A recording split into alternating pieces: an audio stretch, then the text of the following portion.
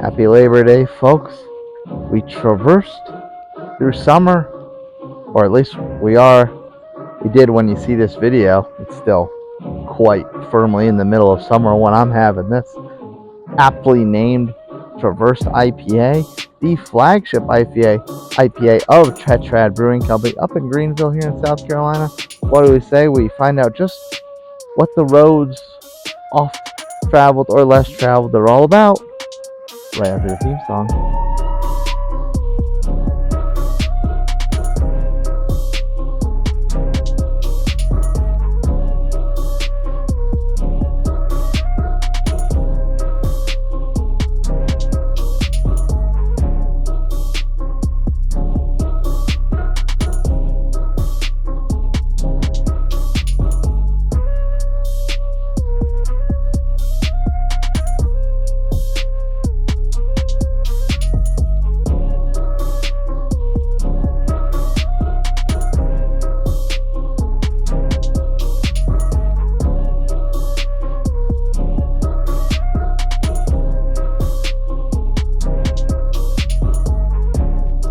Welcome on back into the Midland studio as per usual with your host, Nutmeg 2 Palmetto.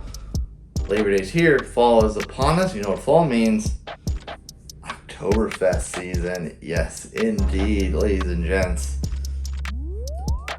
Hopefully, Retoberfest returned from my friends up at Replay Brewing. But speaking of friends around the South Carolina beer scene, Tetrad. One of, if not the first, South Carolina brewery that I visited in person since when I originally moved down here a few years ago. And this is their flagship IPA, Traversed India Pale Ale. And at first, when I first started going to Tetrad when I moved down here, they weren't canning, or they just had their generic label on it, but Traverse has since gotten its own fancy label, and it is, as you can see, a mountain range with rising sun, or a setting sun possibly, I suppose, over the top of the crest of the mountains. Down the side, Tetrad, a noun, a group of 4 distinct elements. I actually don't think I knew that. Grain, hops, yeast, and water. Base of a beer. What's on the side? Brewed can of Tetrad Brewing Company with their address. Drink fresh, keep refrigerated, enjoy responsibly, and recycle. I have kept it refrigerated, especially because I got this in April. It was canned March 13th. So it's getting up there, but we're going to crack it open now and enjoy it. And I'm sure it hasn't aged too much, because that's not too long that it's been sitting. Plus, it's been cold the whole time. Checked in at 6.2 alcohol percentage. Pretty hearty 45 IBU. This is, of course, a 16-ounce can. What do we got on Untapped? A lot of check-ins, because, again, I said this is their flagship. They've been making it, if not since day one, pretty darn near. Probably... Dropped by a perfectly made craft coaster. There's too much stuff on my desk. I gotta get a wireless mouse, because that's screwing up all. The cord just screws everything up. Anyway, I digress. What do we got on Untapped? Like I said, a lot of check-ins, because it is their flagship. 1,215 total, 1,005 unique. There are 922 rankings. It is a very, very respectable 3.95.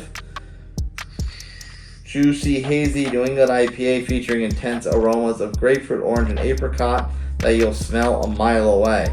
The restrained bitterness is balanced by a complex bready malt bill. Actually, the ABV is confirmed, but the IBU is actually listed on Untapped as 30, so slightly lower on here, which is a bit interesting.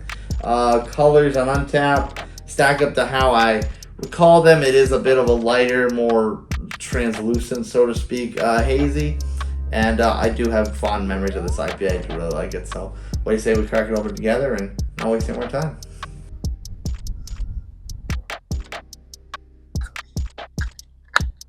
Whoa! A bit of a bounce of a shakluk. Hey, you got friends back there. Dog sitting this weekend when I'm shooting this.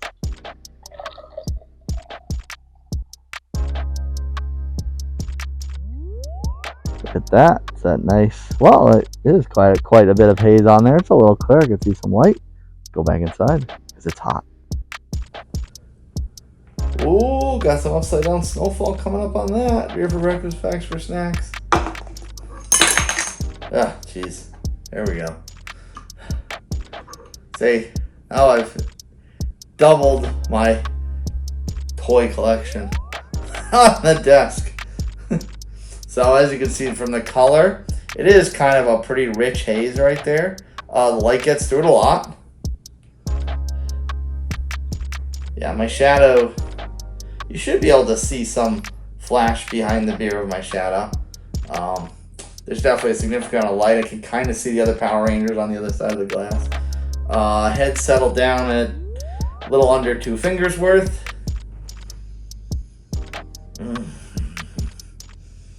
It's a big, big, pure orange aroma. Yeah, it doesn't smell bitter, piney, or hoppy. It's just kind of, well, a little bit hoppy, but very, very subtle and very, not so much overwhelmed, but overtaken by the orange. So it's very inviting, very fruity, very sweet.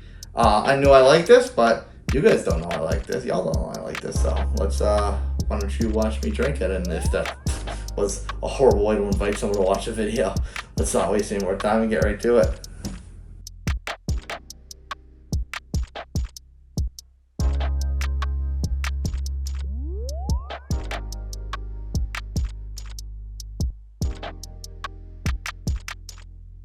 Hey, Gabagool, let's talk about it. So remember when I said that the aroma was this very pleasant, inviting, pure orange type of essence? The flavor is more towards traditional single IPA. It's definitely got piney, not so much resinous. It's not. I wouldn't say it's West Coast, although. Again, now that I've had actual authentic West Coast IPAs, it will be more closer to those than what we on the East Coast have become accustomed to as far as West Coast style. So it is closer to that. So maybe there's something to that. Maybe that was the brewer John's intention going into this one, because it does kind of have that like harsh piney bitterness to it. No resin.